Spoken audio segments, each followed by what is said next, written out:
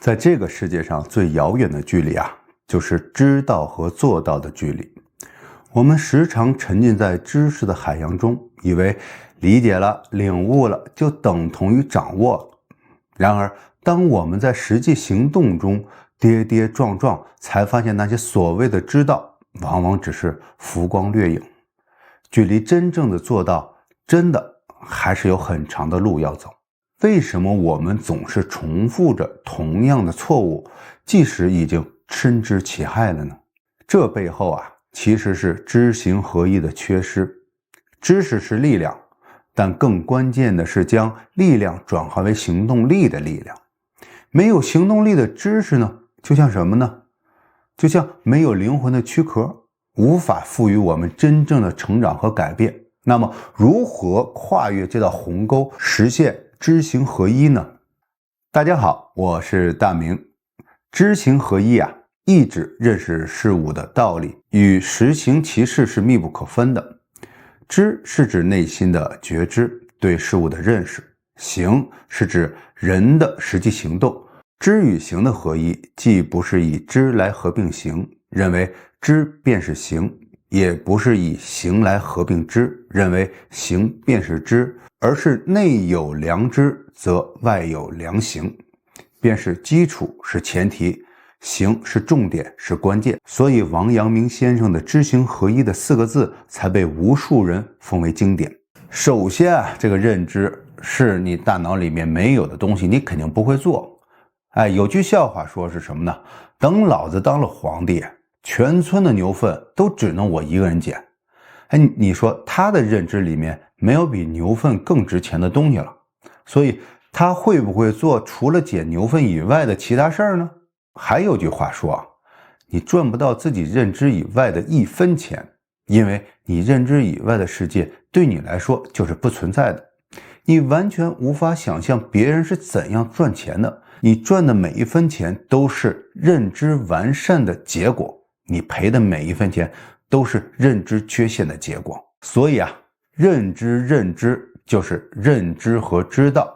认知有很大的程度呢，来源于你走过的路、读过的书、认识的人，来自环境的成长和经历。生活中有一次不起眼的决定，足以颠覆我们既定的人生轨迹。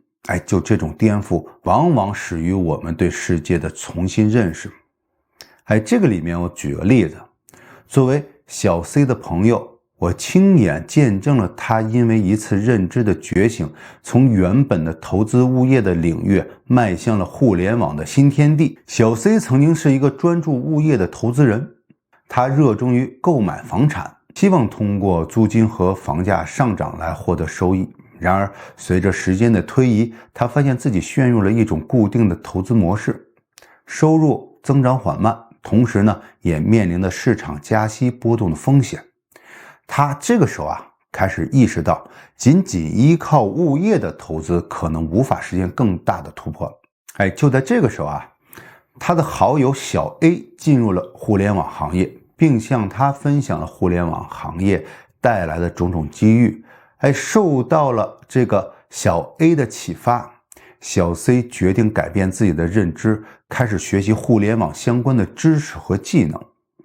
对于一个长期从事物业投资人来说这是一个全新的领域，充满了未知和挑战。但是他并没有因为困难而下倒而是坚持不懈地去学习、去实践，再学习、再实践。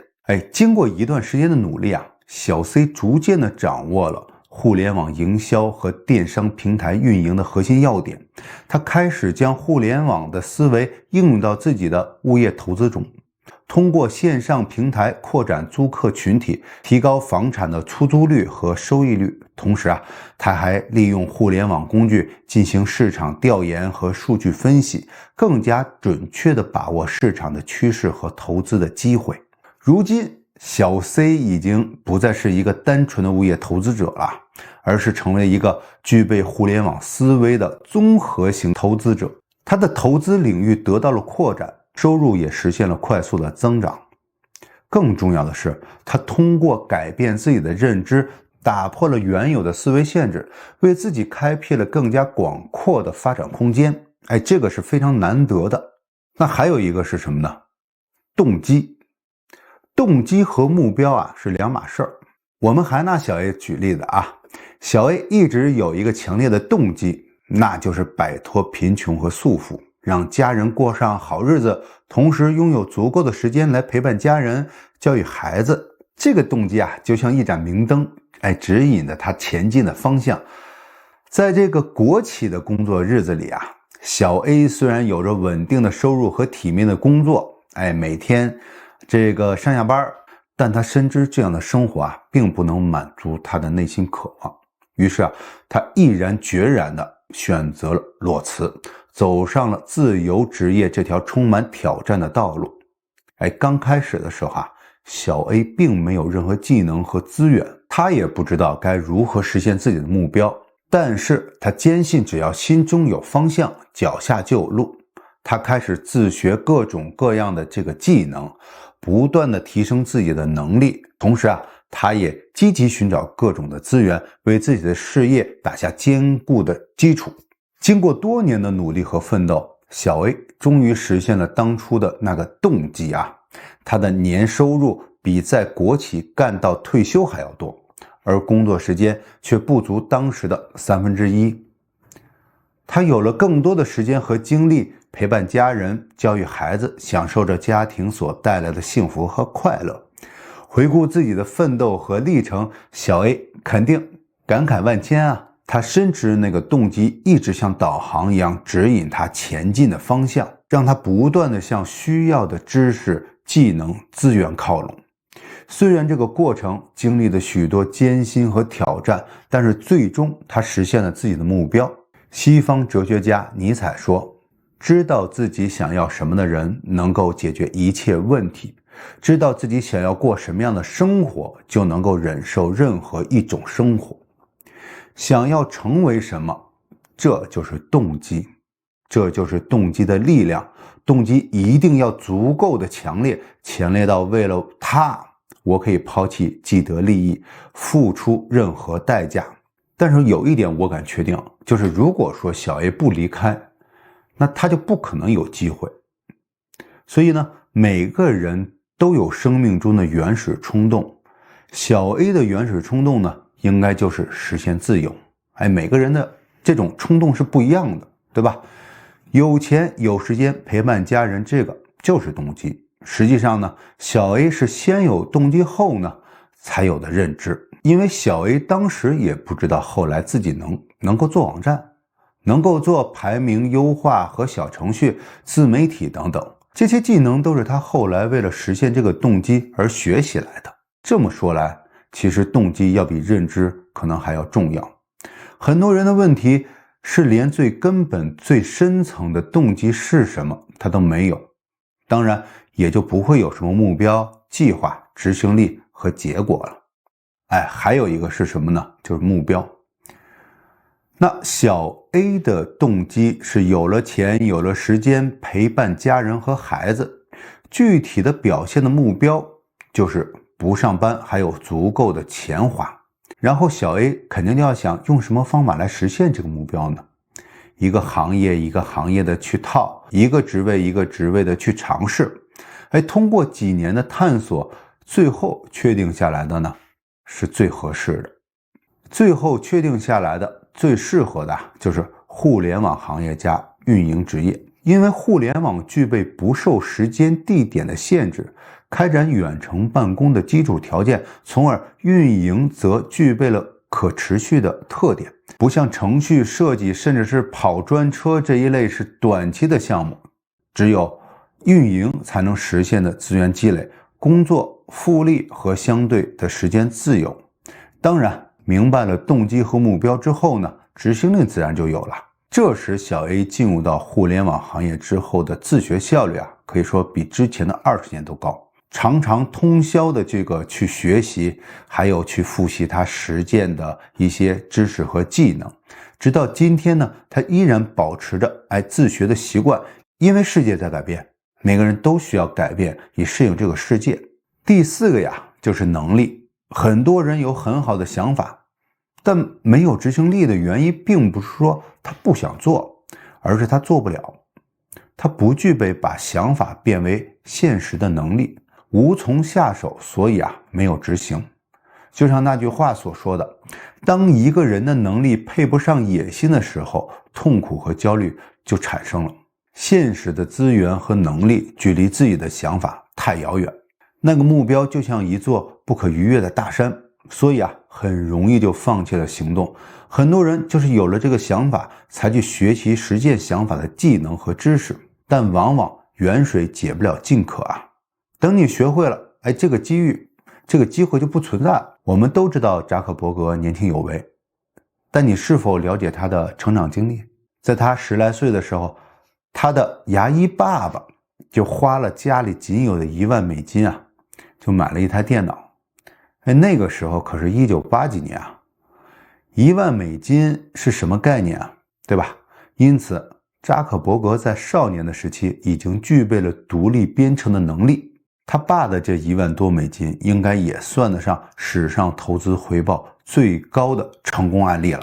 机会从来都是留给有准备的人，这个世界上没有横空出世的那一说。在2021年上映的电影《社交网络》中有这么一个桥段扎克伯格心血来潮想做一个网站，他没有犹豫，在创意来临的时候打开电脑立即行动，做出了一款对女生相貌评分的程序，叫 Figmash， 也就是 Facebook 的前身。这样说起来我们可能感受平平，但是可以梳理一下他的时间扎克伯格当天晚上在学校俱乐部听到2位贵族兄弟学长的创意后是8点10来分回到了宿舍的。10点10来分的时候做这个 Figmash， 凌晨2点多钟的时候该产品上线。凌晨4点网站流量异常，弄垮了哈佛的校园网，惊动了校方的管理员。也就是说他只花了6小时便完成了一款产品的设计、开发、上线。从这个桥段中也可以看到扎克伯格的行动力不只是惊人是不是简直是非常吓人？对比很多人，更多的时候可能只是一味的躺在床上想，如果是这样，如果是那样，但却因为失于行动，往往会变成什么呢？焦虑，折磨自己，从而呢消耗自己，那也许会让自己的人生会感到很迷茫。那什么是行动力呢？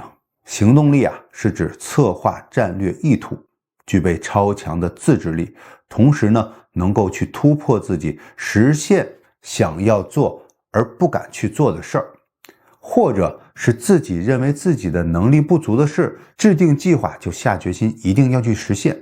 与扎克伯格相比，贵族兄弟沃克洛尔斯，也就是该创意的原创者，就显得太迂腐和笨拙了。